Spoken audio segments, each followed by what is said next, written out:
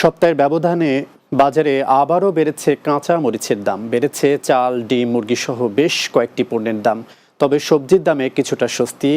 তেল, ডাল, চিনির দাম রয়েছে স্থিতিশীল। পণ্যের মূল্য কমিয়ে আনার দাবি জানিয়েছেন ক্রেতারা। আরিফুল ইসলামের প্রতিবেদনে বিস্তারিত। রাজধানীর বাজারে বেশ কিছু সবজির দাম কমেছে, তবে মৌসুম নয় বলেও টমেটো, বেগুন, গাজরের দাম বেড়েছে। এখনও অস্বাভাবিক দাম কাঁচামরিচের। গত সপ্তাহে 220 টাকার কাঁচামরিচ এখন বিক্রি হচ্ছে 300 টাকায়। ঝিঙ্গা, ধুন্দুল, করলা, উস্তা এগুলো অপরিবর্তিত সীমিত আছে। কাঁচামরিচ গতকালকে চেয়ে আজকে মনে করেন প্রতি কেজিতে প্রায় 100 টাকা বেশি। যে টমেটো আর এক চির কুমড়া 150 টাকা।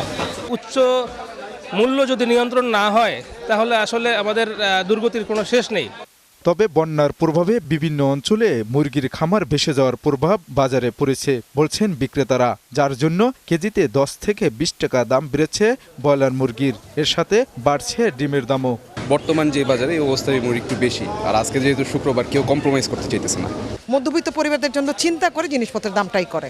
সাদাটা আগে ছিল 70 টাকা 60 টাকা বিক্রি করছিলাম, এখন 80 টাকা 75 টাকা এরকম করে বিক্রি করতে লাগতেছে। 2-3 দিন আগে ছিল আপনার 150 টাকা ডজন, আর আজকে হচ্ছে 155 টাকা ডজন।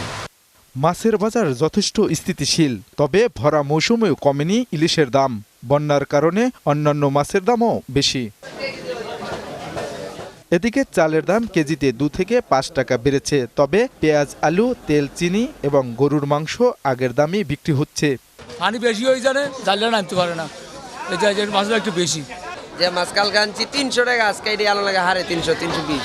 এক সপ্তাহ যাবত প্রায় চালে আমরা 1 টাকা 1.5 টাকা 8 আনা এরকম প্রায়গুলোতে একটু বেশি বেশি আর কি। আগে তো নিচ্ছি আমরা 55 টাকা করে, এখন রাখতেছি দাম 61 টাকা, 62, 65 টাকাও রাখতেছি। আলু দরনা আমরা 55 টাকা বিক্রি করি, পেঁয়াজ আপনার 110 টাকা বিক্রি করি। আগের রেটে আছে। ভোক্তাদের প্রত্যাশা, যথাযথ মনিটরিংয়ে আরও নিয়ন্ত্রণে আসবে বাজার। আরিফুল ইসলাম, বাংলা টিভি, ঢাকা।